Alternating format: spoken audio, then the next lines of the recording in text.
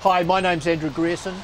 I'm the veterinarian for the Racing Integrity Unit. We're here today at Avondale Jockey Club to go through the process of the swabbing of horses at race day.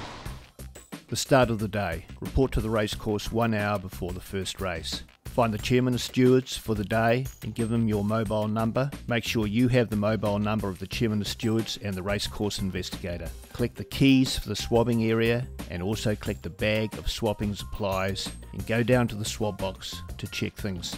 Make sure there's running water and the water is clear, the fridge is turned on and working, that the straw or sawdust or shavings of good quality and clean in the boxes, that you have all the swabbing equipment you need for the day.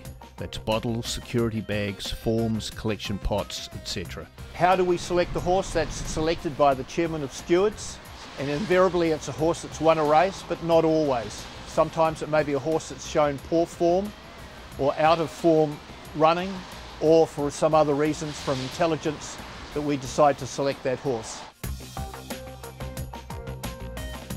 So there is a chain of custody right from the start. From the point of when that horse is selected, one of the swabbing officials will be with that horse right through to the period of time when we finally package up the urine or blood and it's signed off on.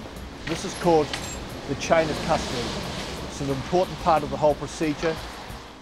Please note that only authorised personnel, that's the RIU staff, the vets who are racecourse veterinarians on the day, trainers or trainers representatives at the time when you're doing the swabbing, are allowed to be present in the swabbing area. Similarly, there is no eating, drinking, smoking to be allowed in the swabbing area. And please ensure that you wash your hands thoroughly after having any food or drink or smoking before you go back into that swabbing area. The other thing which is important is to make sure you lock the facility when there's no one present, so that you are the only person who can come in and unlock besides racing officials. The next thing we're going through now is the collection of the urine samples. So now we'll start with the first part, the preparation of the swab. So the first thing you must do is wipe down the bench area, wash your hands with soap and water and put on a new pair of gloves before you start with this procedure. Rinse a collection pan under running water before use. You need to do this very carefully. Make sure that you include the lip of the pan and use plenty of water and wash it out properly. Take 4 bottles with lids, 2 for controls, 2 for samples, and then fill 2 bottles with tap water just to the lip of each bottle. Apply the lids without screwing and shake the water within each bottle to contact the lid. Then pour the water from those bottles into the pan and swirl the water around the pan. Once you've done this procedure, you pour the water from the pan into the other 2 bottles and apply the lids for those 2 bottles and shake as before. Pour the water into the original bottles, screw the lids down, and these 2 bottles now make up the control.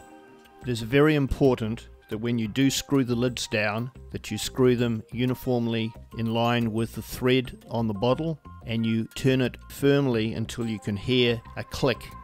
Invert the bottle to make sure that it's not leaking. If you do not screw these lids down properly, the bottles may leak in transit when they head to the racing laboratory. So this procedure has created a control sample. So the liquid from the initial 2 bottles has gone to the pan, back into those bottles which will eventually hold your sample, and then back to the control as well. But most cases you would end out preparing this prior to the horse arriving. Place a clean paper towel or a provided laminated A4 sheet as a lid over the pan until it's ready for use. Keep the lids loosely on top of the 2 sample bottles.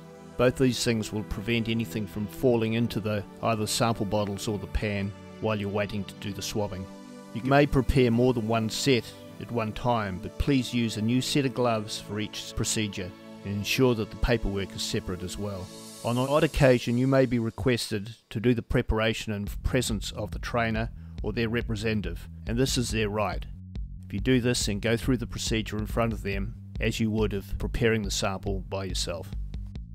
The labelling of the bottles. Take 6 identically numbered stickers and place on each bottle, and also place those same sticker numbers on each of the sheets of the RIU sample identity record.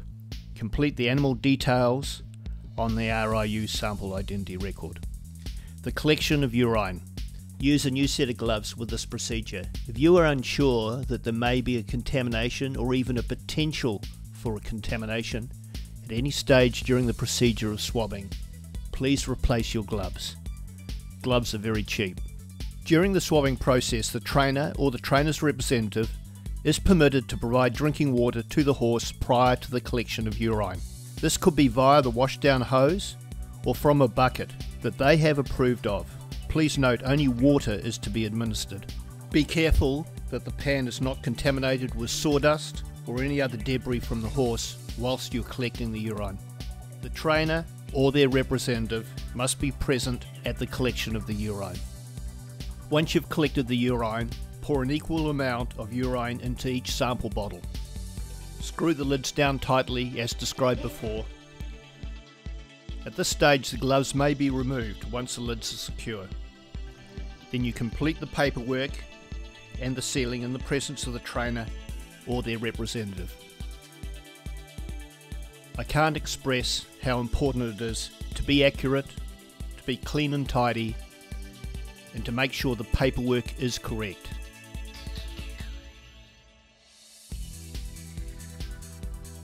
If you're unable to collect a urine sample before the end of the following race for when that horse was selected, you need to contact the chairman of stewards.